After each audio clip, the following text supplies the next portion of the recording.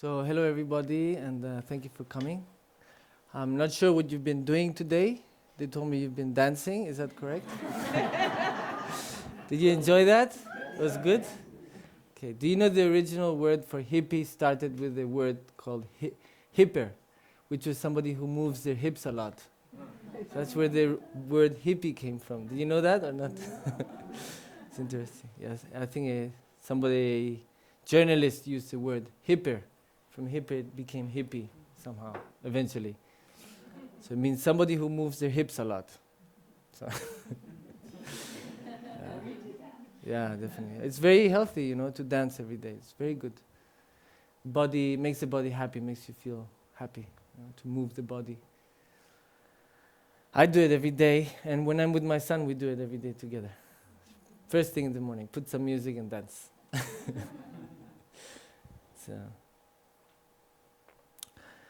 So I don't know. So what's up? What's going on? Tell me. What do you want me to do? Is there any subject you would like me to talk about, or you have questions, or should I just start talking whatever? It's up to you.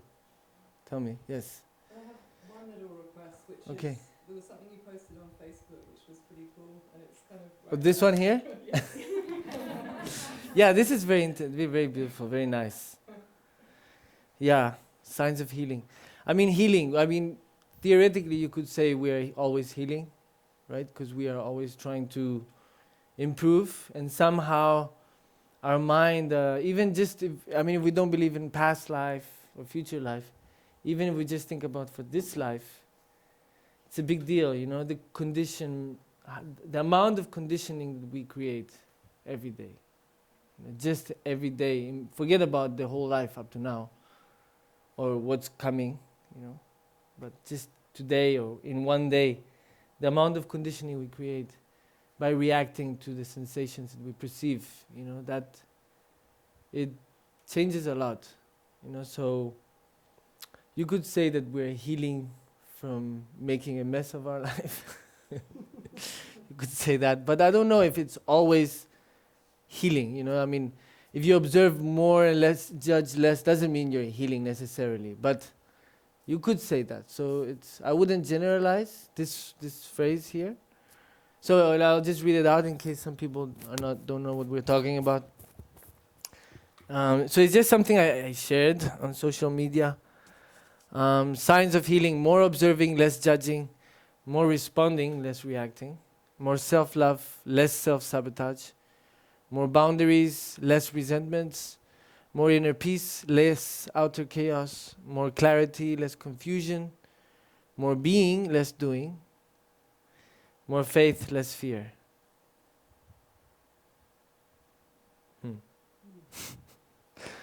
Anyways, I don't know if I'll agree completely with it in every aspect. We can go through it if you want. I can talk to you from my perspective, what I interpret. Because that's the thing also in life, we all interpret things in a different way. We all have our own perception because of our point of view, because of where we are, and what the challenges or the process we've been through. So it's very unique. A mistake that many of us do is to, just generalize. We generalize a lot. So that's not really helpful, because it makes us think in a very one-way, kind of biased kind of point of view, which is not really correct, because there's a lot. Just us as perceiving, what the object and the perceiver, that's already a lot. Okay, that's already two different things also. Very different from each other. I don't know, maybe like as an example,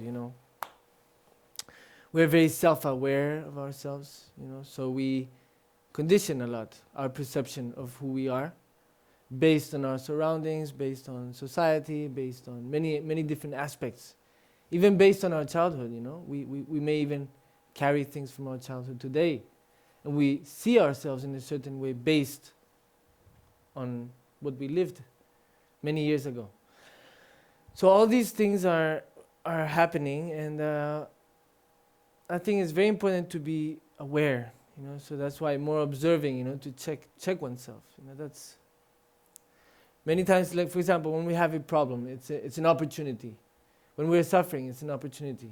Why? Because it helps us to observe the mechanism of the mind, the mechanism of what is happening inside. So many times, for many of us, we don't really know what's happening. I mean, for example, if I talk about myself, I have no idea. I just see sometimes how I react.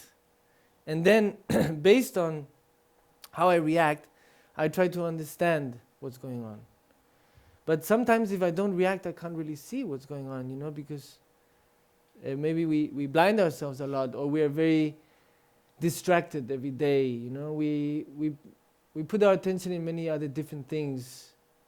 Basically, we're looking for happiness, and we are looking for it in the wrong place, but even though we know it, we know we're looking for happiness in the wrong place, but we still keep making the same mistake. So basically, that's why we have to observe more ourselves. Challenge yourself. Don't just be like, oh, it's like that, it's like this, and then just accept it, and that's it. We have to challenge ourselves. We have to take responsibility also. It's very easy, to say, oh, I lost my patience with such a person, or they make me lose my patience, or this affected me because that person told me that. So we are actually blaming the outside for how he reacted. So basically, we don't want to take responsibility of how we react to certain circumstances in life. That's very easy to do. Many of us do that. And so I think that all that mechanism, that those aspects of ourselves, we have to be able to see them, detect them, recognize them, and then start working on it, polishing it, sharpen it. So I mean, sharpen it means like sharpen the mind. How subtle can we see things? What level of subtlety are we aware of in everyday life? So that's why it's very important. The mind is like a muscle, right? So if you don't train your muscle, then it's gonna just become very weak and useless.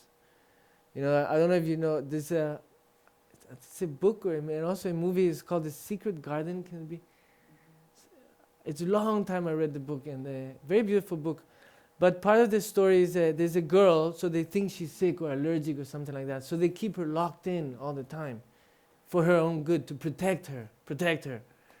So actually that happens a lot, when you're raising a kid.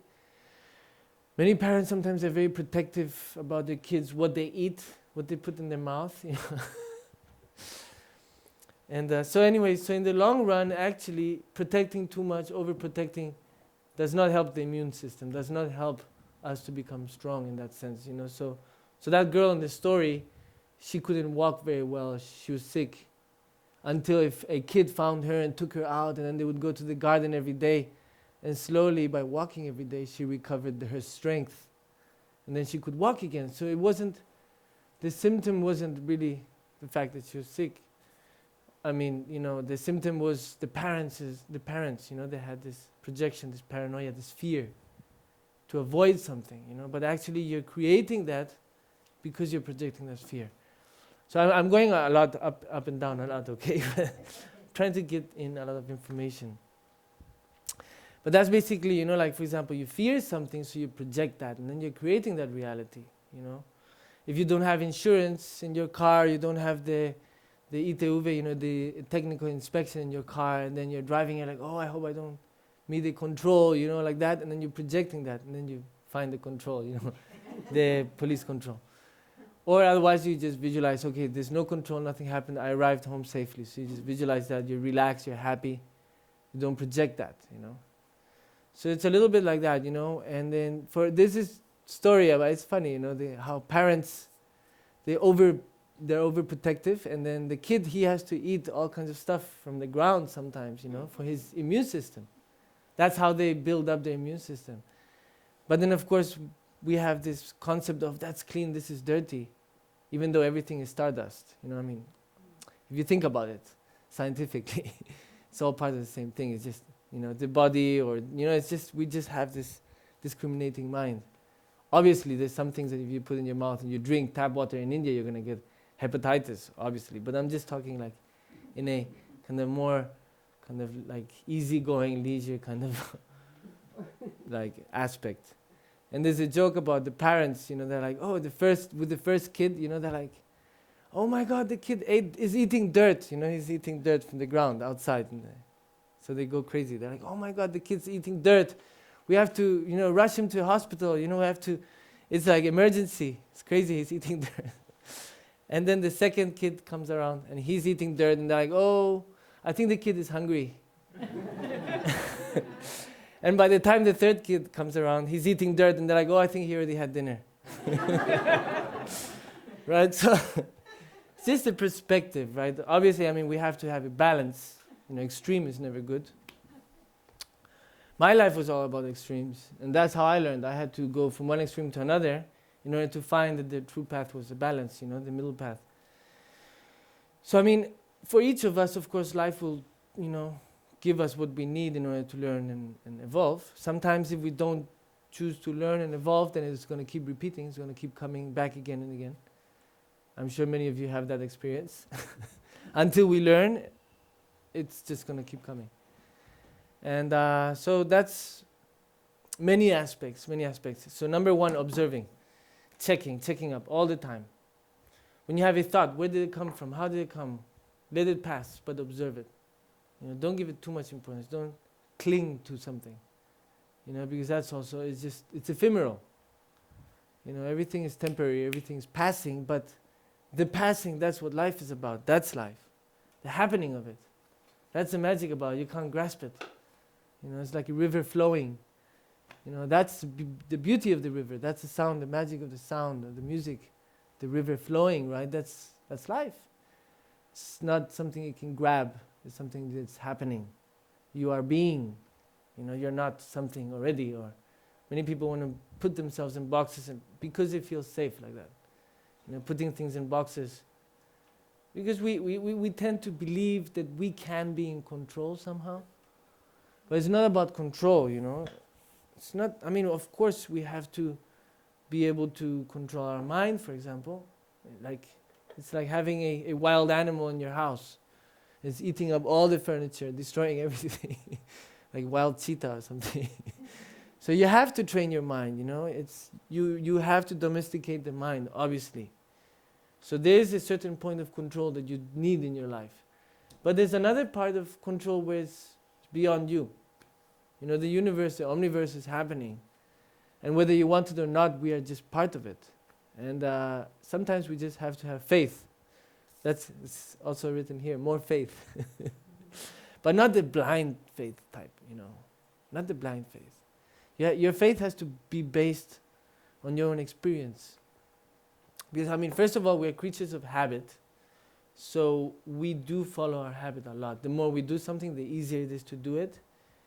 And that's who we are, we are based on habit in many aspects. And that's what I started talking about, that we condition ourselves based on that kind of habit of reacting all the time. Oh, I'm attracted to this, I want, clinging. Oh, I don't like this, this is very bad. Rejection and indifference, I don't care about this. It doesn't matter to me, it doesn't make difference. We react like that. So that kind of reacting is conditioning it, and that's a habit that we have been doing for many lives. If you don't believe in past lives, future life, even in this life we've been reacting. So if we are equanimous, then we don't have to react so much. We don't have to condition the mind into creating this habit, this neural pathway, where we always go the same direction. That's how we suffer. That's why we suffer, Because we're not able to see things in an equanimous way. So basically, it's not so much about the circumstances, it's more about how we perceive the circumstances, how we react to it. What we choose is what we're perceiving. So for some people, based on maybe their habits, based on the perception, something happens to them, it can be terrible. It can be, oh, why? There's no Wi-Fi. Oh my God, it's the end of the world. For another person, maybe it's different. We don't have food to eat tonight. We're in trouble. but it's okay, you know, maybe we can go through one night without eating dinner. You know, so it's different aspects of life, but the way we perceive it, we react in a different way. We make a big deal, or we try to adapt in a positive way. So basically, Dharma is talking about that, you know. Dharma is talking about to empower you to have the ability to be able to adapt positively to any circumstance that comes in your way. You know, so if you're able to transform that, then wow, you know, your life is much happier. You're able to really be more balanced. And you inspire that, you share that, you know, that's what you are. So people feel also, you know, because we learn from example also, from a very young age. So as parents, I do advise that the example is the most important, you know. They learn from what you do, not from what you say.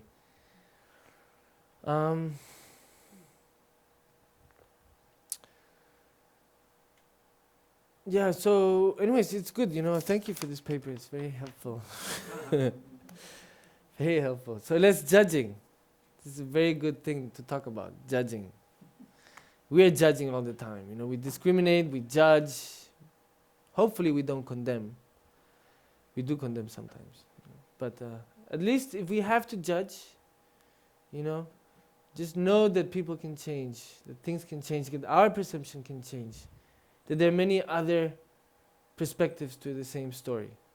You know, there's many stories, for example, when I was younger with my brother, we like stories, things that happened, and maybe 20 years later we're talking about the same anecdote, and we have completely different versions of the same anecdote.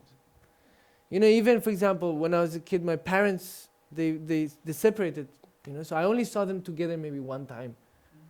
Like actually together, you know, kind of like smiling at me and being like, hey, what's up, you know, like that. Only one time, I think. So all my life, I always idealized this concept of parents being together and loving the kid together and raising him, you know. So when the mother of my son dumped me, it was quite devastating for me because I already had that projection. You know, I already had that concept, you know, because I had idealized so much the happy family who raises the kids, you know. But that's the thing, idealization. Many times, idealization is not really, you know, helpful. We're like, it's like, almost like we're projecting what we want in order to be disappointed. You know, and that's what I meant before. Like many times we're looking for happiness in the wrong place, or we're doing things the opposite from what we know that happiness will bring us happiness. So, for example, sorry, I'm going up and down a lot, okay, but I'm just trying to go with the flow. It's many different points to touch.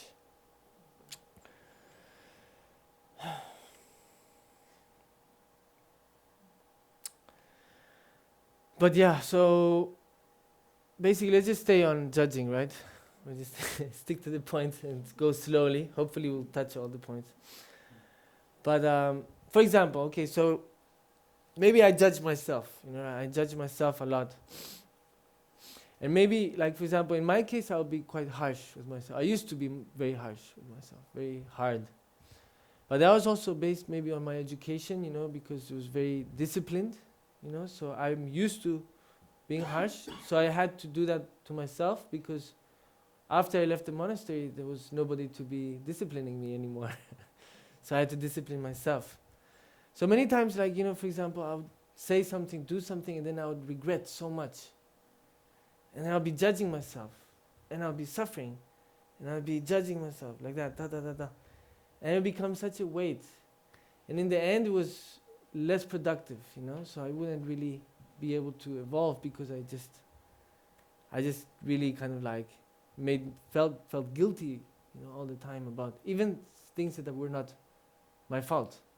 You know, sometimes people choose to react in a certain way, or they have certain projections of you, or they expect certain aspects, you know, and then when you don't kind of collaborate into that kind of vision they have for you, then maybe they get upset. And then if you're judging a lot like that, you tend to put yourself down, you know. So that's something I had to learn through the hard way, you know. So I decided, you know, if I'm going to judge myself, I should judge myself in the constructive way, you know, to see how really I can improve. So I'm judging myself, but with love, You know, not putting myself down, not feeling guilty. You know, there's no guiltiness. In Spanish we say culpa, no hay culpa. You know, how would you say that in English? Culpa, guilty? No, fault. It's nobody's fault. You know, that's something very important. That's something also from society we get a lot. You know, it's your fault, or being scared of making mistakes. You know, it shuts down the creativity completely.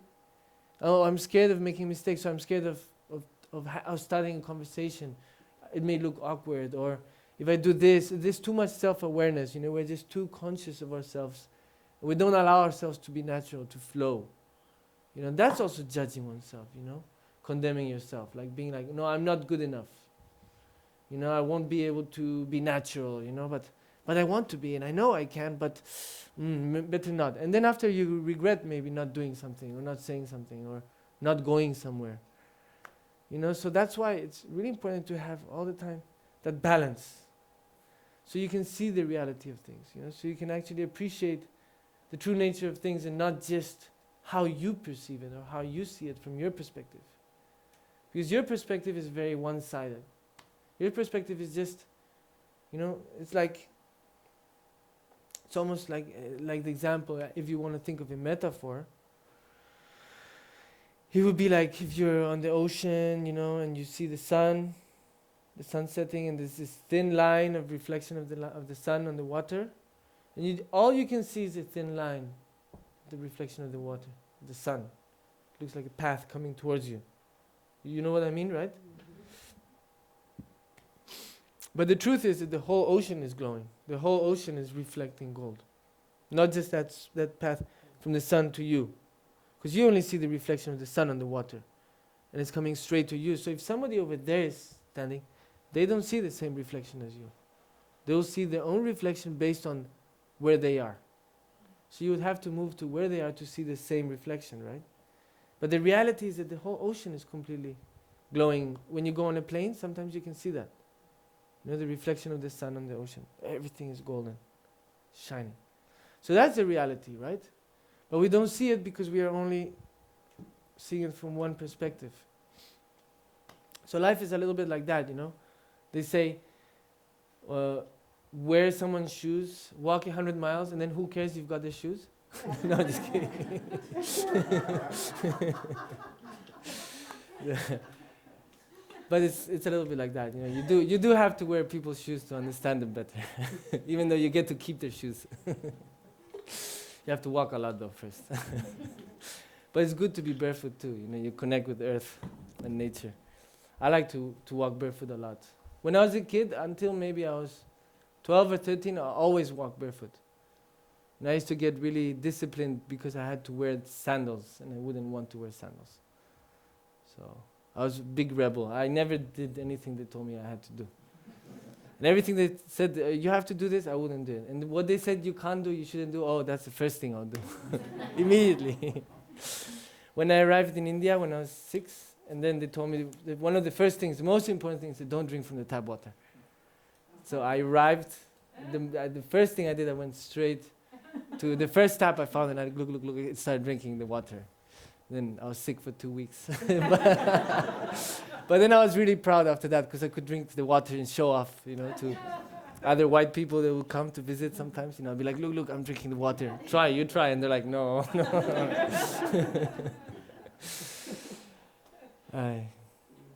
So anyways, yeah.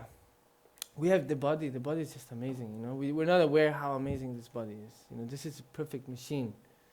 It's almost like, sometimes I try to understand the level of how advanced the body is. And it would almost be like if you think about a computer, you know, you multiply the evolution of computer to, I don't know, 1 million years. And then that's you know, the computer of the body, you know, it's like so advanced. And we're able to be inside of it and use it, you know, to be able to kind of like interact with reality, you know, interact with the universe, or whatever you want to call it. You know, it's almost the universe gave us a body so that we could appreciate the universe, you know, because it felt too lonely. The universe was like, I'm so cool, I'm so awesome, I'm so beautiful, but there's nobody here to appreciate me. Oh, let me make humans so that they can actually appreciate. I don't know. Sometimes, I have a friend that said that animals are much more intelligent than humans. And of course, most of us are like, that's not true. Animals are not they're not that clever, right? But if you think about it, the animal doesn't need a toothbrush, they don't need a toothpaste, they don't need a bed with a blanket and a pillow, and they don't need a car, and they don't need the radio or or a computer, a phone, and clothes, and like having to cut your hair all the time, and you look good, and all these different things that we're spending our time on every day, and inventing all these crazy inventions that are just destroying the ecology, what do you call it, the medio ambiente, the environment, And if you look at an animal, they have everything they need already, unless they need food, they need company, warmth, survival. Of course, they have very bad time because they're very scared a lot, because that's their instinct, to be always alert for predators or like that. But if you think about it, they wake up in the morning and they have everything they need, right? And they just adapt to what is in the surroundings. We're the only ones who don't want to adapt. We want the surroundings to adapt to us. Because our ego is so big, we think we're at the center of the universe, that we think that we have the right, all this is for us. This is, for, like it's in our, what do you call it? It's available to us, so therefore we can take it, and not only take it, but destroy it in the act. So, so what to do, right? But many times you think about it, like, you're talking about, the rivers and the oceans are polluted. Oh, there's a lot of rubbish, ta ta ta ta. When you think about it, what about your body? Are we really taking care of our body? I don't know. If the body couldn't recover, I think many of us would probably be in the hospital. That's the beauty of the body. It can recover. It regenerates. But that doesn't mean that we can trash it anytime we want. Because even though we think, I have a healthy life, I eat healthy, but do we really inform ourselves what we're putting in our body, what we are eating? Do we really exercise every day? Do we really keep a happy mind? Because all the cells in the body, they're affected by our mind, by our thoughts, by our vibration, by our attitude, our state of mind, the emotions, everything is affected. The heart is like a motor. It's giving a frequency, and we're sharing. Like just the fact that we're in this room, all our bodies are communicating actually, even though we're not aware of it. And they're exchanging information, right? And but there's so many different levels and subtleties in life. That's why where to start. So Dharma has all the tools for that, And I know sometimes it may be frustrating because we don't know. But that's the beauty also. If we knew what's going to happen tomorrow, I don't know. Who knows what would we be doing today? If we know what happened after death, then it wouldn't be a mystery. It wouldn't be that beauty. That's one of the things. That's why it's also very beautiful, the fact that we don't know where we're going. We don't know really where we're coming from. We don't know what life is. It's a mystery. It's magical. The issue here is that we get used to it. We get accustomed. And then we're grasping for more. We're looking for more. We're unsatisfied. We have something here, and just because we have it here, then, it's not enough. I need to look for more stuff. Because this already I have it. But do we really have it? Is this body really ours? Is anything mine? What if somebody can steal it? Is it really yours? Somebody can take it away anytime. Even this body, someone, they shoot you and that's it. You lose your body. So, what is really ours? If you think about it, we think about possessions or this and that. Okay, our bodies can be, available for us to use temporarily, right? And based on that body, we start craving. We start having attachments, we start having fears, we start having sufferings based on this kind of concept of the I, of me. Where's the I? Who's the me? Where?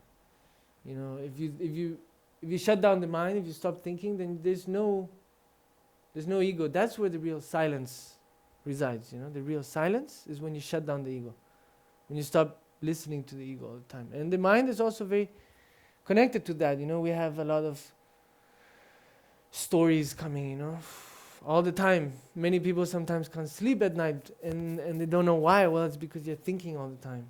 You will not stop thinking. Your mind is just rampaging all over the place and you allow it to happen. You're following the mind. Da, da, da, da. Sometimes it's good after you finish the day to go through the process of what you did during the day. But up to a certain point, you don't want to be obsessing. Obsessions are not, they're good in a way, but always with the limit, with the balance, with the equanimity. So, it's good. Like when you go to sleep, you're like, okay, what did I do right today? What did I do good? What do I feel good about, Or what do I not feel good about? Or maybe I should apologize to this person. Maybe I wasn't that humble. Maybe I wasn't that kind. Maybe I was a little bit egoist. Maybe that my intention, to actually confront the truth, recognize it. Many times we fool ourselves. We try to deviate. Oh no, the attention. So we don't have to confront ourselves. We're like bypassing the truth. We don't, even ourselves, we fool ourselves and we know we're doing it. And we choose to ignore it. So that's also a type of meditation. That's a very important type of meditation, to assimilate, recognize, and then also be able to say it to people, like, oh yeah, I made a mistake. That's a very beautiful thing to do. Because it gives space to the other person to also, move forward and be like, hey, you know what? I'm sorry too. So forgiveness is not just for the other person, it's also for you, So you can take off the weight. Otherwise you're just carrying this, oh, such and such person did this to me, oh my God. That person, I can never forgive them. And then you're carrying their load. You're carrying their problem. Even though maybe it wasn't your problem originally. They chose to act badly, but then you chose to carry it. So when you forgive them, then you let go. You're helping them to forgive themselves. Because many times we do something that we feel that's wrong. We choose to live with it, then it can be very heavy, and that can also create. The body is very sensitive, okay? So we really have to give it a lot of love. We have to listen to our body a lot, Many people sometimes, suddenly, I have the cancer, I have this, I have that. We don't listen. 15 years have passed by and we haven't even listened to the body. Then suddenly when the symptoms start coming, then we start appreciating the body. Then we start, like being concerned or worrying. And then again we put more of the same stuff because of the habits we've had, So it's about being able to disconnect, about being able to give yourself that space. So you can really be with yourself, love yourself. That's what love is about. How can you love someone if you don't give them space? How can you love yourself if you don't give yourself space? That's an important factor or aspect of love that many times we don't see. We think love is about being all over it, all on top of it, cuddling all the time. No, it's not. Like two birds cannot fly if they're stuck together. They fly if they have space. Then they can fly. It's very beautiful. They can fly together very beautifully. I've seen many birds fly together in couples. So beautiful. But they're respecting the space. That's love, So there's so many metaphors like that in life. I can just go on and on and on and on. And just going complete chaos. Like my mind is complete chaos. Hopefully from that chaos comes a little bit of order. So yeah, more responding. It says more responding, less reacting. So I guess more responding relates to responding to subtle messages in life, So being able to recognizing them. Responding means to adapt to that, in the sense. So okay. For example, today maybe I spoke harshly and that person made that like facial expression.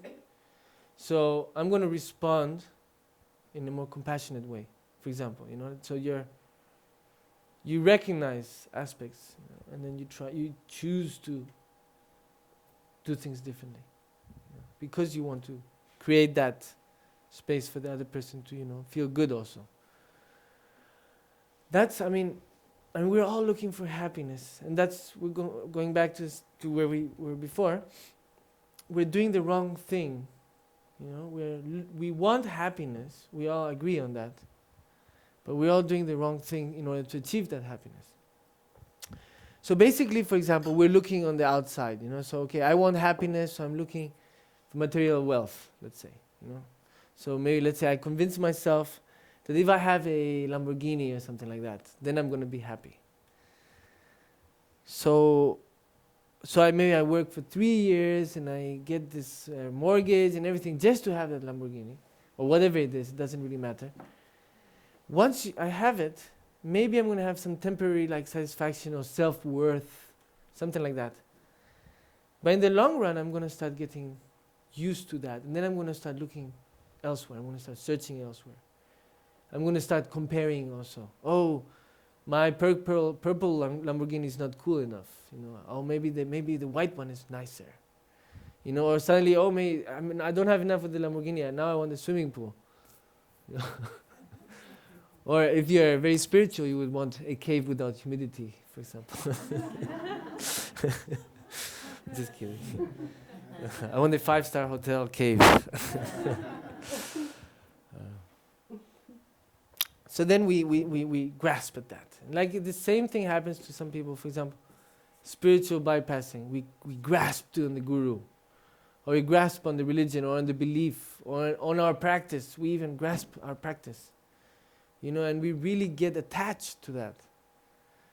And then nobody can challenge us on our practice or on our belief, because we go crazy.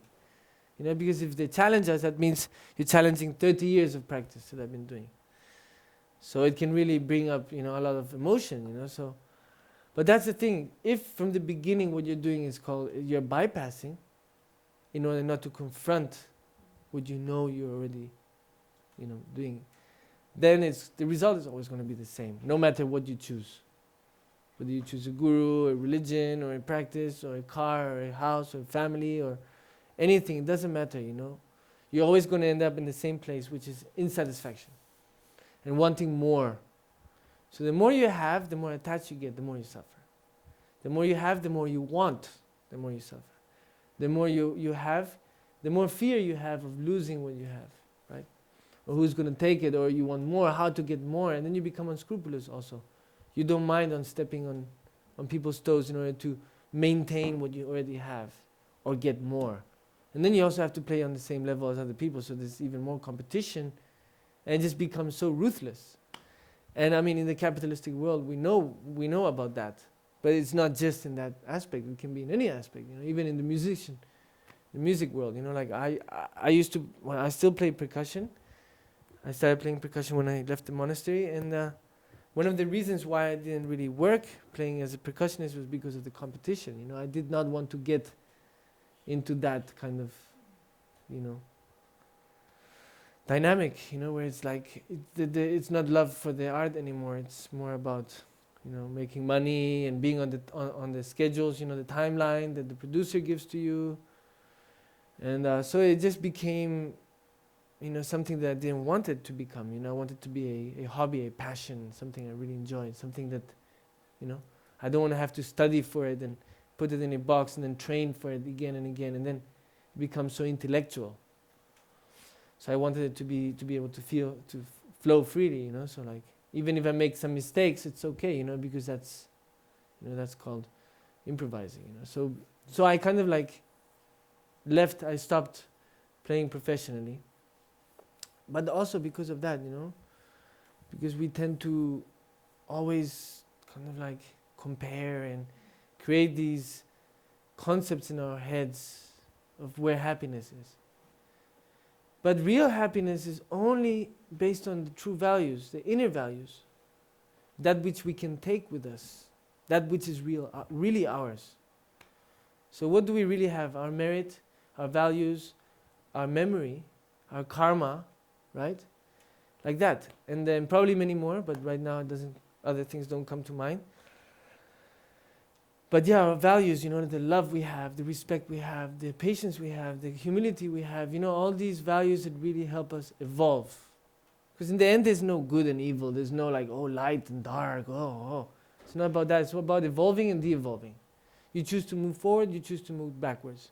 Many people say, the demons, the devil is outside. No, the devil's inside. Demons are inside. We create them.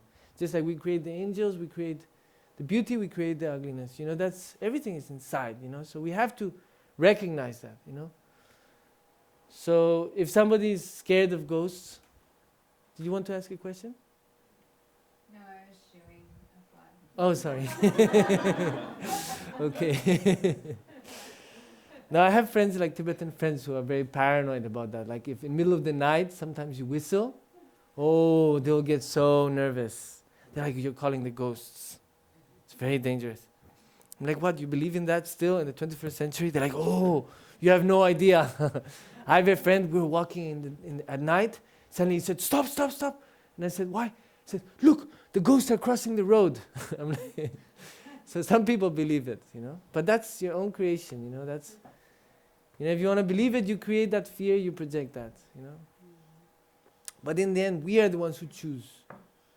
So if you choose to evolve, you create a habit to be a better person, to have the true inner values, that's going to be every time more easy to do.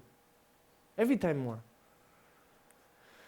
And if you choose to de-evolve because you're lazy, because you're attached, because you want to enjoy, or you whatever it is that you choose to convince yourself, fool yourself that it's okay, then you're going to start de-evolving, you know, and it doesn't necessarily mean it's evil. I mean, to procrastinate is not a bad thing. It can be a good thing based on the circumstances. But of course, we have to have a, you know, equanimity, a middle way. So, for example, what you wouldn't like others to do to you, you wouldn't do to others. And if you do that, then you're de-evolving, kind of, you know, because you're not really following your true values. You're following other type of values, the low frequency values, you know, which are only going. The result is only going to be suffering and unhappiness and unsatisfaction. And the more you respond to that, the more you cultivate that, the easier it is to do it, whichever direction you choose. So that's basically, you know, the kind of like humanity. We've always had that kind of like, what do you call that? What's the word for that?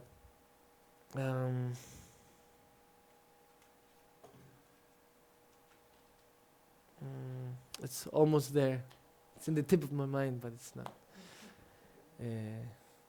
Maybe paradox, not paradox. It's more like, yeah, like a situation where it's like dilemma. Yes, exactly. Thank you. So it's a dilemma of humanity. You know, we're weak for some things and strong for others. You know,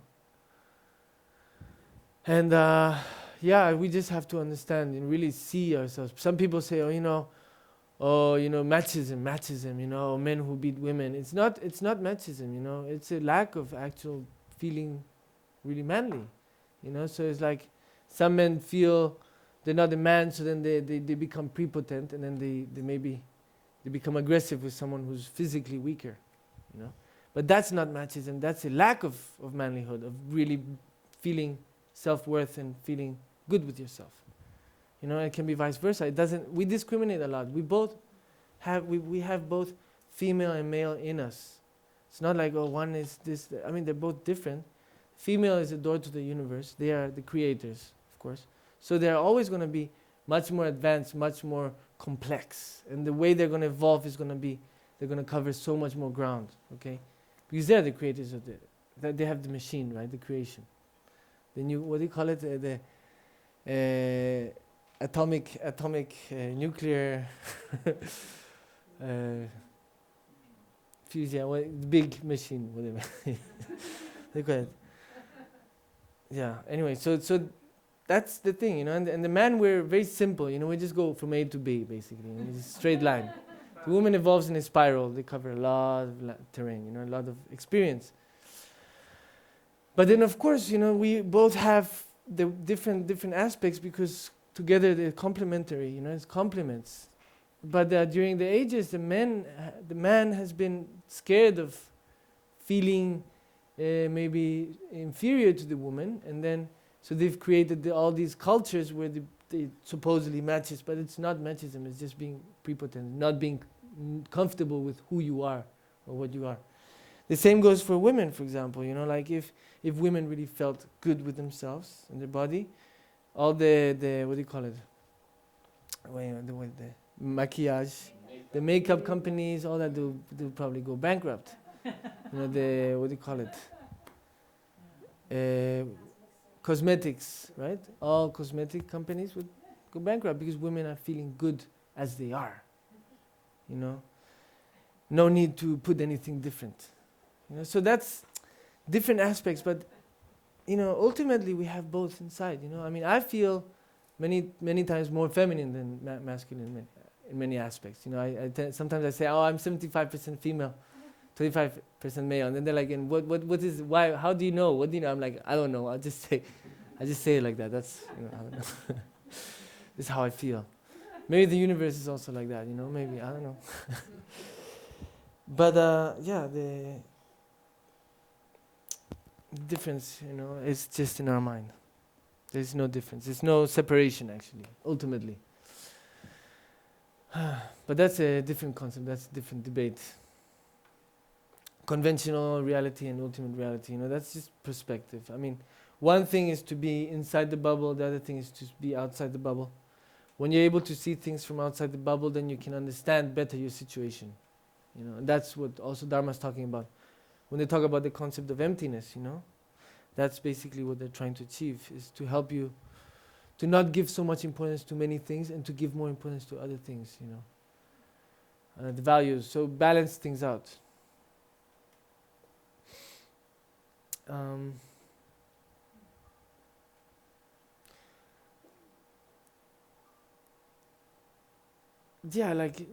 We have to start recognizing how we fool ourselves or try to lie to ourselves, There's many examples. Right now, nothing really comes to mind. Situations like that.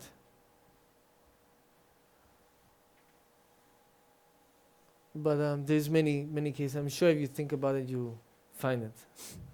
Tonight, when you go to sleep, see how many times you try to fool yourself. How many times you try to ignore that. Just to continue doing what you like doing. Just to stay in your comfort zone. Right? That's a fact. At least for me. So we do have to make an effort. We have to make an effort, to start taking baby steps, you can't teach a baby how to walk. So the guru can't teach you anything, really. Dharma can't teach you anything. Life can't teach you anything. But you can learn everything, if you choose to. So basically it's about learning. And that's why, I think, was it Plato? He said, he who knows he knows nothing is the wisest man. Mm-hmm.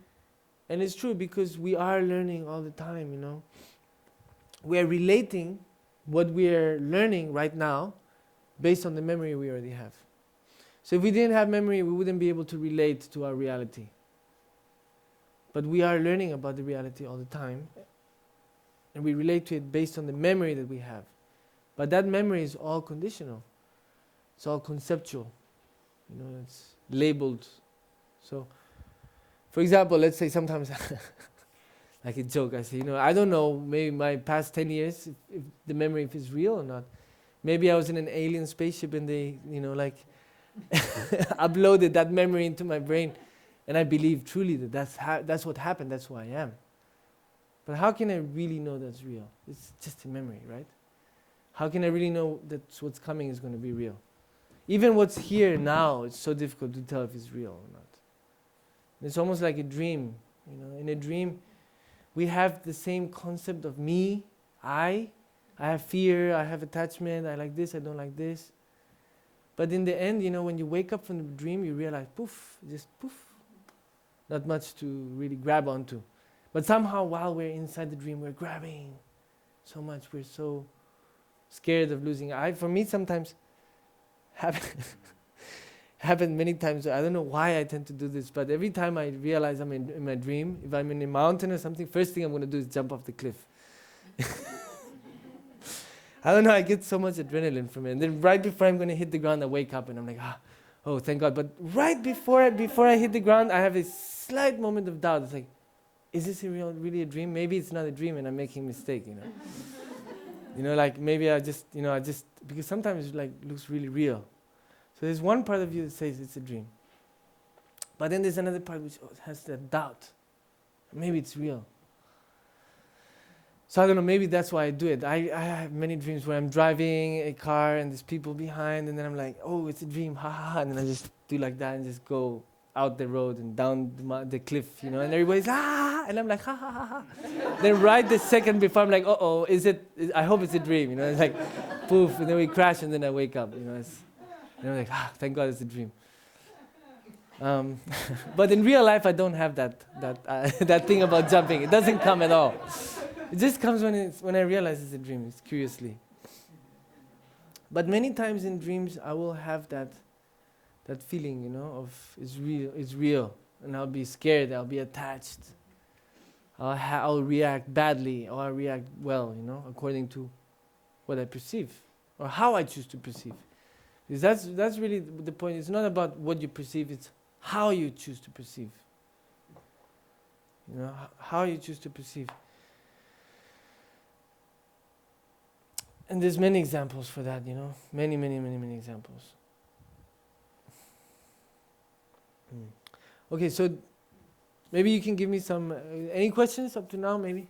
Yes, please, that was good, so fast. In the beginning, when you first started talking, Yeah. I don't remember if the word was faith or trust, but you said that we should have it or need it, but I wondered, More faith? faith, I guess it was faith, Yeah. in what? So, faith. Yeah, faith in life, basically. That's what I meant. Thank you for asking. Because it's many times we're scared. We're scared when we project what we're scared about. We create that. So, for example, sometimes maybe, let's say, in my case, sometimes I'm scared, like, oh, if I want to take a plane, oh, maybe I die. So I'm like worried about maybe I won't see my son anymore. And, like, oh, he needs me. I really want to be able to offer everything I have to offer to him, at least till he's 20. Or I would love to see his grandchildren or something. This idea comes in. So then, that kind of fear is because I don't have faith in life, in the universe.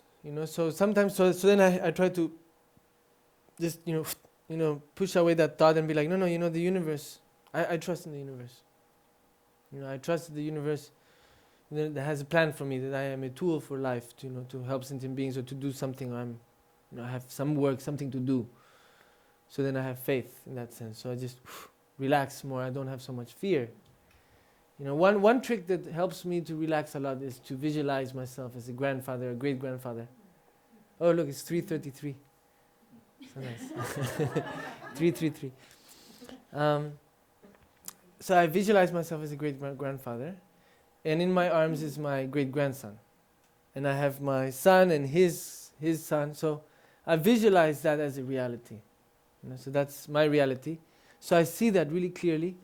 So I kind of like, that's what I believe. That's my reality. So I influence somehow that relax. I don't know if it works or not. Doesn't really matter whether it works or not for me. But what it does change is that I feel much more relaxed. Because I believe in that. I have that faith. So there's many different types of faith. Of course, what we don't want is blind faith. Buddha Shakyamuni Buddha, when he was teaching, he always used to really make very clear that his teachings, you should not take them as your truth unless you really check them up. And the example he used to put is the goldsmith checking if it's real gold or not. So there's a process, if you give a goldsmith a lump of gold, he's going to be like, oh, okay, I'm going to have to check this. So there's a process. So he'll heat it up, he'll burn it, he'll scratch it, he'll melt it, he'll do many different things. And then at the end of that, he'll be like, this is real gold. It's a precious metal. And he'll value it and treat it as such. So the Buddha was saying that, that's what you should do with the teachings. Just not blind faith, oh, because he said it, that's it. No, you really have to test. Really have to test. I don't know if the mic is working very well, but sorry. Hopefully it's being recorded. Do you have a question? Okay. Can you talk a little bit about your life? How did you decide to take this path? Okay, so my life. So when I was 14 months old, I was recognized that there was a possibility that I was a reincarnation of Lama Yeshe. So by the time I was 16 months, already my life had started to change. And then by the time I was 18 months, I was already in India, being enthroned, and doing all the tests, to see if I was the real reincarnation or not. So, but to answer your question, I was only able to really choose my life when I was 18, when I turned 18. So that's basically when, I chose that I wanted to live my life, not the life of other people. Because up to that moment I was living the projection or the expectation of other people. So basically in my mind I was living other people's lives. Or other people were living my life. So it's like, okay, you guys live your life, I live my life, and then we can, enjoy life together. But don't tell me how I have to live, what I have to live, because I've done it for 18 years now, or maybe 17, 16 years. And I just felt that it wasn't me, that's not who I was. And I didn't want to, spend my life trying to satisfy people who can never be satisfied, who can never be happy. Because many times we're searching for that happiness, we're searching for that satisfaction. And that's why I also talk about spiritual bypassing. Because that's also what happened in my life, people were unsatisfied with the teachings of Lama Yeshe. This was not enough. He taught for 40 years, but it wasn't enough. So they needed more. They still, I'm still lost. What, there's no guide, I need my guru. So then they chose an 18-month-old child to take that responsibility and that expectation, and that projection, everything on that. So they lost touch with the empathy. They really lost touch with the concept of, hey, maybe that's a child, maybe he needs his family, maybe he has to, he has a process in his life, right? That he has, I see my son and it doesn't make any sense to me to put him anywhere or treat him in a special way at all. For me it's important that he feels loved and he has all the love and kiss and attention in the world, but also some discipline. But mainly, that he feels that he's able to live his childhood. I didn't have a childhood. From 18 months already I had to be an adult. So now with my son, I'm actually starting to live my childhood. I'm catching up, which is amazing. I'm able to play with him, and I go, into that kind of, child mode, baby mode. So it's like you do all this crazy stuff, and you act like a baby and everything, but you have so much fun. And even my own son, sometimes he looks at me strange, like, you're acting strange. Like talk to me is normal. I can understand you. I can relate to you as an adult. Like he wants to act like an adult, and I'm the one acting like a baby. So with my son, I always talk to him very directly. I explain to him everything. It's never like, oh no, you can't do that. That's bad. That's it. No, I look at him in the eyes and explain to him, absolutely like a normal grown up. Like I'll talk to him from my heart, and he will look at me and he will listen to me. I don't know if he understands or not, but he will change his attitude. He won't be cranky, and if he understands that I'm explaining to him why, he will moderate his temper, and he will relax, and he will be happy. But it's not about, for me, it's not about education. It's not about imposing yourself. It's about empowering and giving the person or whoever it is the power to understand who they are. That's for me education. It's not, oh, you have to do this. This is my truth. Here, take it. It's like, okay, that's maybe your truth, but does it really work for me? That's for you, it works, okay, but I have to find my own truth, right? If the guru could walk everybody's path, we could just chill at home and sip on soda and watch TV all day, right? There would be no need to do anything, or work at all, because maybe there would be one person working for all humanity. But obviously we have to do our own job, we have to walk our own path, we are the ones who have to do the effort, So there's shortcuts, obviously, many shortcuts, but we are the ones who have to take responsibility, and we are the ones who have to walk the path. Nobody else can do it for you. So the education mainly that's what I was talking about. We can learn. Nobody can teach us if we don't learn. There's nothing to teach. Because what we learn is from our own perspective. It's our interpretation of what we're receiving. So it's an interpretation. That's why, many times people say, oh, I know this, I know that. Okay, you know an interpretation of something. But do you really know it? And things change also all the time, Things are changing, concepts are changing because we're changing. The way I saw life changes maybe sometimes even every day. I see life in a different way. Maybe I go to the same place, and on the third time I go to the same place, I see new things, or I recognize new things, or start to see it differently. But that's the beauty of life. That's why it's constant movement. And to go with that movement is to adapt. And that's one of the teachings of the Dharma, is how to adapt in a positive way so you can go with the flow in a happy way.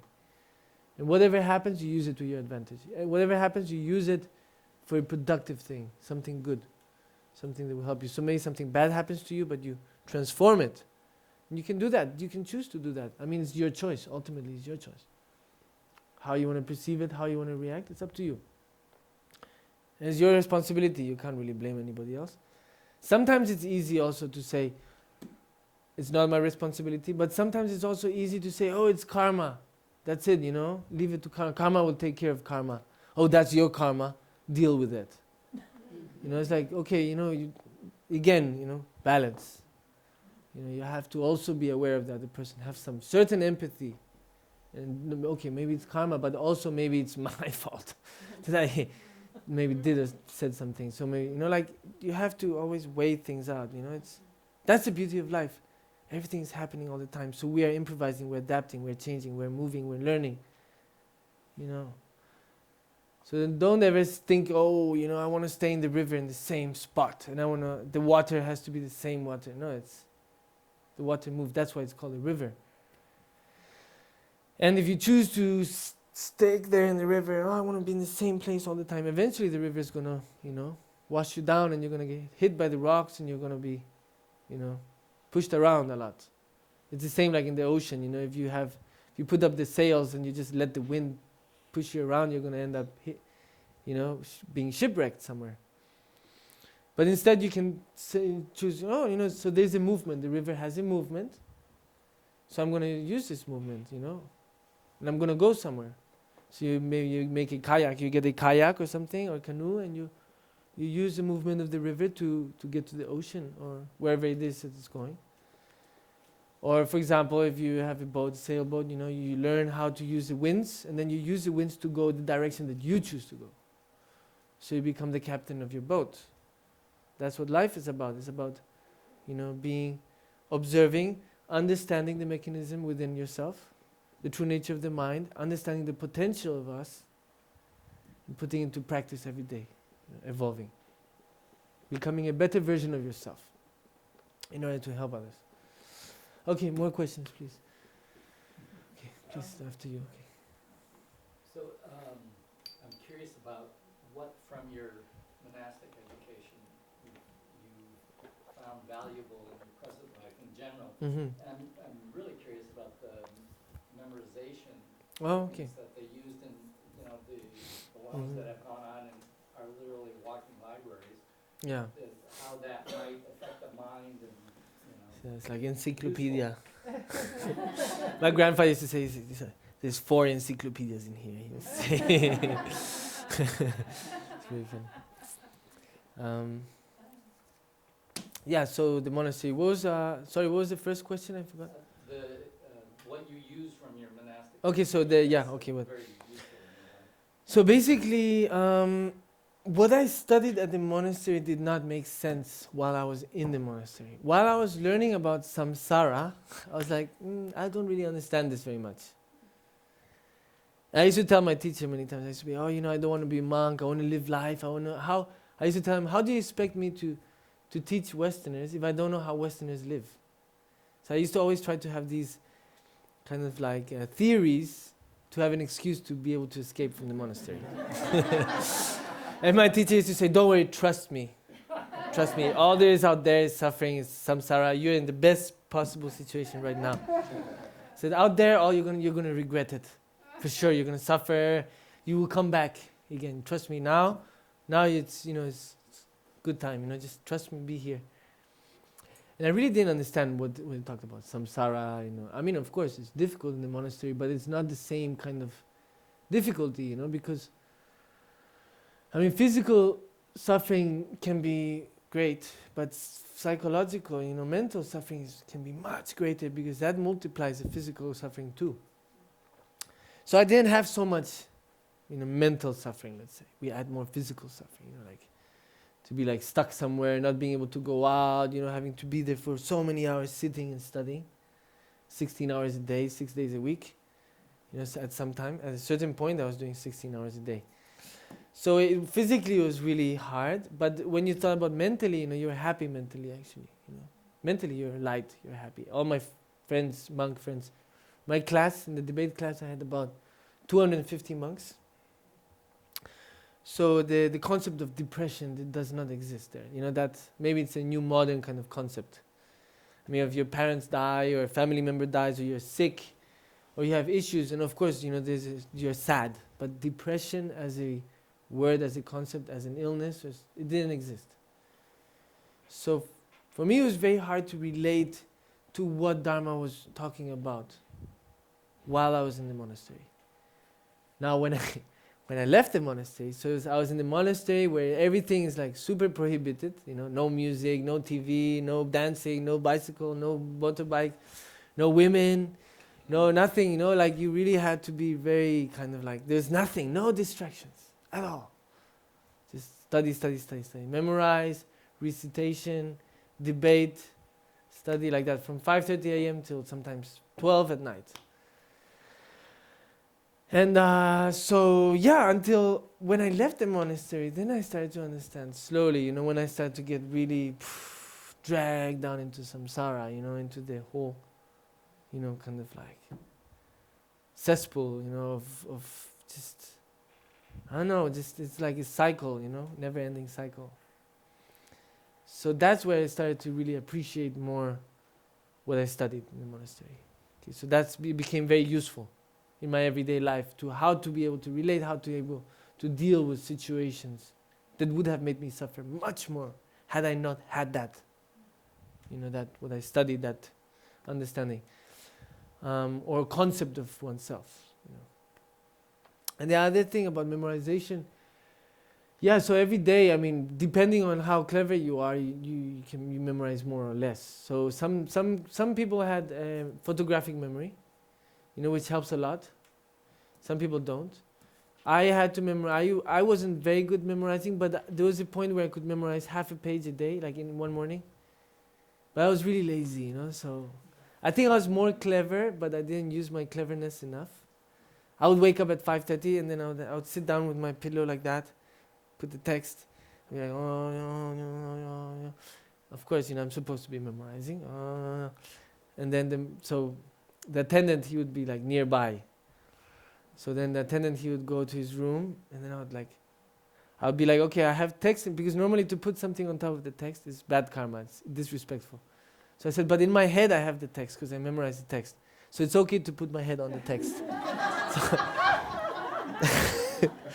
So I just fall asleep like that, Clack. It's my favorite position, just like that. And then the moment, sometimes like the attendant, he would come to check on me. So I would hear the door, but I would start more low, and as he started walking, I would start raising the voice slowly. So I would hear his door, I'd be like, and then as he walked, I'd be, and then when he opened the door, and he would check on me like that. And then he would go, and then as he walked, my voice would start going lower, and then the moment he closed the door, clack, I'll go back to sleep. But then I had to memorize, a certain amount, half a page, whatever it is. So the last 10 minutes, I would be like, okay, 10 minutes before breakfast, memorizing. I would try to memorize, as fast as I could, and then I would like very basic memorization. So the type of memorization that you can recite in the next 10 minutes, but after an hour you forgot. So that's not real memorization. But because I was so lazy, that's the type of memorization. And I'll always get into trouble because of that. Because then after I would have to go to my teacher's class, then my teacher would quote something from the page, and then he'd be like, and then what comes after it? And I'm like, and I have to start looking at the text. But didn't you memorize that page today? I'm like, yeah, and then the attendant would get into trouble, and then the attendant would come back to me. It's like, oh, what happened? You didn't memorize right. Well, why didn't you memorize? So it's a whole. So that's something I learned also. Being lazy puts you in a situation of much more difficulty than if you were not lazy. If you actually do things right from the beginning, you actually are able to have things more easily. It's less work if you're not lazy. In other words. I'm talking from experience here. Yeah, but that's the memorization adventures. So, but sometimes I was not so lazy, so I would memorize well. I would get really, mentalized. I'm like, oh, today I'm gonna. And some things I even still remember today. So it's different levels of intensity of how well you want to memorize something. And then, of course, in order to remember it, then you have to recite everything every day. And maybe like on Monday, because Tuesday was holiday, so Monday night probably I would have to recite absolutely everything I memorized up to now. So for me it wouldn't take so long. Maybe it would take 3 hours, 4 hours, something like that. But I have friends who would take me half a day, 2 days to recite everything. If you say memorize, like they have the exams every year.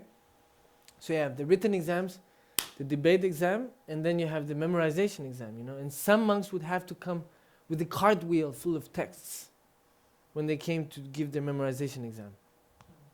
And then, of course, so all the monks are waiting in line, and then you go with the text.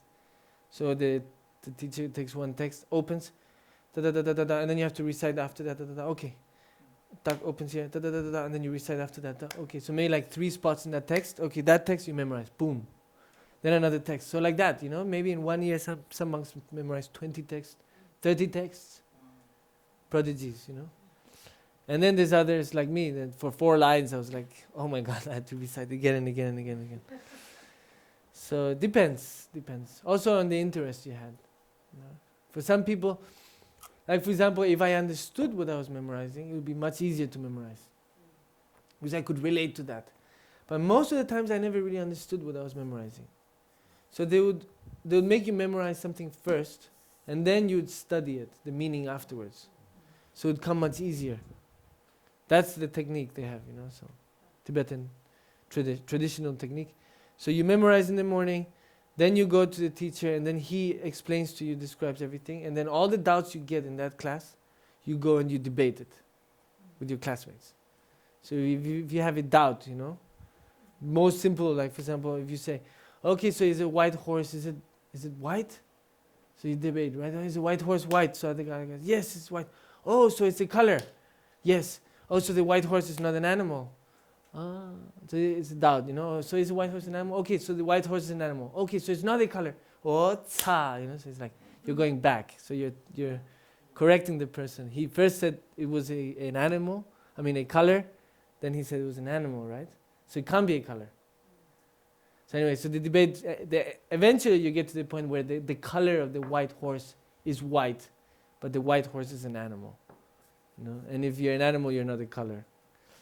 So, but that's like very basic kindergarten debate, but just to have an idea, So you debate like that. It's very interesting. You can see on YouTube sometimes. You put debate, Tibetan monk debate, monastery, put Sera or something like that, the monastery where I studied. Or any monastery you'll see, thousands of monks, all like in couples. One is sitting, the other one is standing, and one is putting the ideas, and the other one has to answer. And it has to be very fast.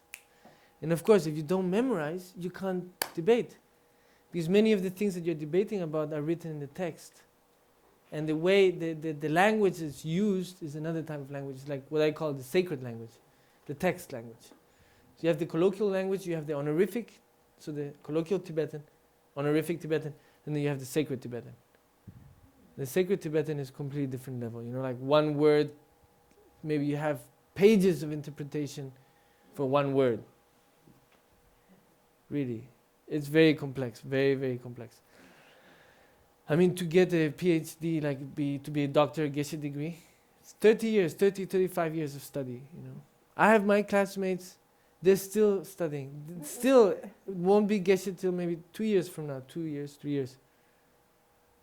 And I entered the monastery in 91.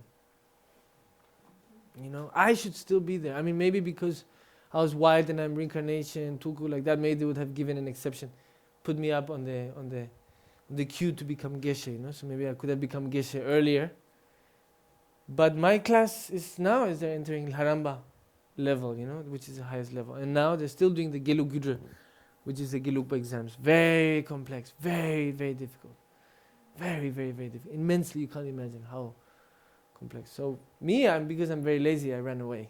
You know, so but I really admire, you know, my classmates who are still there studying. I mean, my class started with 250 monks. Now there's maybe 24 monks left. 40 max, 30 something maybe, out of 250. You know, because it's really difficult. So, What okay. do you use from all that nowadays that you find? It depends on the situation. It depends. Sometimes I forget, then I remember, or I re-understand and then re-update. You know, 2.50, and then maybe the next one, you know, 3.6 or whatever, or you know, next update. But yeah, it's for me. It's like I think it really helps me to be able to relate. Helps me not to suffer as much also because yeah, I have difficulty many times, you know. Self-worth, or I'm confused who I am, what I'm supposed to do. I have a lot of pressure, a lot of expectation, but then I want to be myself, but then I can't be myself because people expect. You know, one time this woman came to me because I was drinking alcohol. I mean, sometimes I drink. I don't tend to drink a lot, but I did drink one time, and I think my breath was smelling a little bit. So she's like, "Oh, you're a lama. You can't drink alcohol." And I told her, I said, "You know, if you can find one time where I said I am a lama, then I'll stop drinking alcohol." It's just like, it's people who are saying that I'm something or such. I never said I'm lama. Never in my life. Maybe when I was a kid, I used to say, "Oh, me, I'm lama," or something because that's what I believed in. You know, maybe when I was 5 or 6. But ever since I actually started to question myself, who am I? You know. So that's the thing, you know. So for example, even for something so, you know, in Spain, you know, at the young age, people drink wine on the table. It's not a big deal, you know. But different cultures, it becomes a big deal. So thankfully, I have a lot of different cultures that I've lived in all my life. I was 15 years in the monastery, 15 years outside. I mean, I went from one extreme to another. From the monastery, my mother lived in Ibiza. So I was like, from the monastery straight to Ibiza when I turned 18. And another 15 years, you know, immersed in this kind of crazy life. And I tried to study. I tried also to study. And so anyways, here I am. And I'm still striving. Still trying my best. And I still have a lot of difficulty. But yeah, so it helped me a lot in that aspect, you know, to the concept of, for example, emptiness is very helpful, especially when you're having emotional problems, you know, or visualization, you know, certain visualization meditations that my teacher taught me, like that. You had a question, right? Yeah, a lot of my friends for years now have been really interested in universal Dharma and just presented universally without any is or isms. And I'm finding a lot of friends even, you know, are now moving to the centers for that reason, but there's like an edge that people will encounter whether they're living in a center or not, that refuge is a Buddhist thing. So I was wondering if you could speak to refuge in like the universal sense that maybe could make people who live in the centers who aren't Buddhist, or people who are striving for the path but don't want to be a Buddhist or don't want to be Buddhist. But taking refuge is just an example to reinforce something, you know, because sometimes we're weak, okay, we're weak with ourselves, you know, like what I was telling before, we fool ourselves, we're lenient, we let it pass. You know, so when you take refuge, it's like you're reinforcing a belief, it's like taking vows. But, you know, ultimately it's personal, it has nothing to do with the outside world. You know, it's an internal thing, it's a personal thing. You know, so you're taking refuge in order to fortify your belief so that you can have a lifestyle, a habit, a lifestyle where you can maintain it so you can improve. You know, but I mean, you could take refuge in the universe, you can take refuge in God, you can take refuge in maybe in your love or in your parents, or I mean, it's based on or you don't need to take refuge either, as long as you have a strong concept of what is right and what is wrong. You know what I mean? I guess this particular demographic is really interested in the spirit of awakening, just that enlightenment does exist. Mhm. They feel that that's a thing. Right. Yeah. I mean, The word refuge that they the best version of a human exists. Yes. You can call it enlightenment or not, whatever, it doesn't matter. For me, I try to use more simple concepts. So, for example, his wholeness, the Dalai Lama, for me is like the best, the top version of a human. Because I mean, it's difficult to talk about Buddhas for people who don't relate to that or understand that or even believe in that, you know. So, what's the best version of a human? Somebody like his wholeness. This really cultivates his compassion, all his good qualities, all his values, constantly just cultivating, just offering that, you know. So that for me is like very inspiring, you know. I mean, I don't need religion, I don't need spirituality in order to believe something that I can feel, that I can, you know, I'm living every day. So it's just different means to reach the same place. You know, for some people it works, for other people different things work. So we just have to find what works for us, what we can relate to in order to reach that same point. Okay, it's 4 o'clock, and do you have maybe one more question? I mean, I could keep talking about this, but I could maybe try to finish. We didn't really do much. More observing, less judging, and then more responding. We got stuck there already. So everything else I didn't really go through it. Reacting, we talked about reacting. Self-love, I mean, it's all related, obviously. Self-love, more space, more confidence in yourself, trust yourself more, believe in yourself more. Sometimes we think, oh, you know, I'm a certain age, I can't do this, I can't do that. It's not true, you know. We tend to limit ourselves so much. But we are ancient souls, you know. We've been here for such a long time. We're going to be here for such a long time. We're just passing through to learn, you know, so we can evolve and go to the next lesson or the next whatever it is. But my grandfather, he's 94 years old, and he wakes up at maybe 7:30, 7:40 every morning, and then he goes down to the bar. At 8:30 a.m. he's at the bar, and he has a coffee, a glass of water, and a cognac. And then he goes to work. At 94, you know. And then by 11 he's back in the bar having his glass of wine and teasing the young girls. You know, it's like, hey, what's up? Hey, come here, come here. The girl, they obviously laugh a lot because it's like, come on, like, but it's so cute, you know, the way his attitude. He's like always happy, always joking, always, you know, like this really, and he's super young, you know. He's 94, but he's young. He has young energy, and he will talk, and everybody will be really listening. When he talks, it's because there's something interesting to say. Most of the times he's just listening. Very few people I know like that, you know, who just really just listen always. And when they talk, everybody listens because they almost never talk. But when they talk, they really talk. And my grandfather, he will remember dates, he will remember names from the 50s, you know, like, or it's crazy. Names of places, dates, or people, or anecdotes. I don't know how he's just got this memory. My mother also has a really good memory. But that's what I realized, you know, my grandmother, on the other hand, she was always unhappy, always unsatisfied, always worrying, always fearful, always complaining, always this and that, drama here, this, that, da, da, da, da, and always. My grandfather, he was always like, ha, ha, ha, hoo, hoo, hoo. My grandmother, she wasn't happy till she got Alzheimer's. When she got Alzheimer's, suddenly, it was the first time in her life she was happy. You know, but that's the thing, you know, like my grandfather always wanted to travel all his life. That was his dream, his passion, to travel. My grandmother was so fearful, she was so scared of traveling.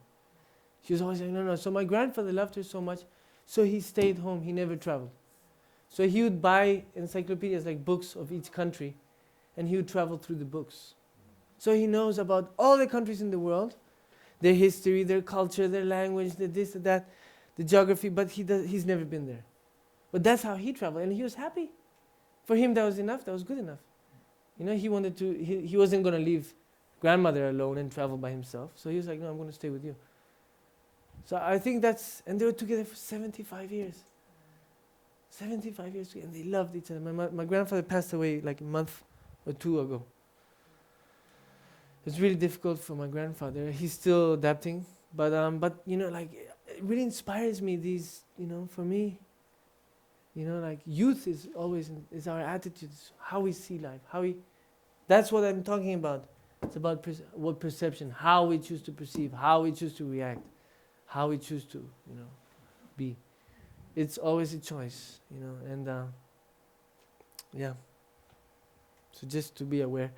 And anyways, it's very juicy. The Dharma is super, super juicy. So if you're interested, you're most welcome to pick up a book or study or read or see some of His Holiness Dalai Lama's teachings or Lama Zopa's teachings.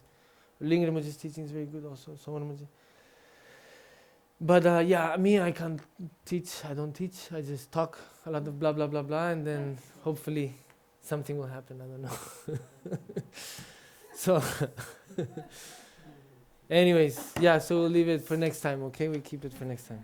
Okay, otherwise it's too much information, and then you'll get bored, and then you will hate me. So, so anyways, thank you.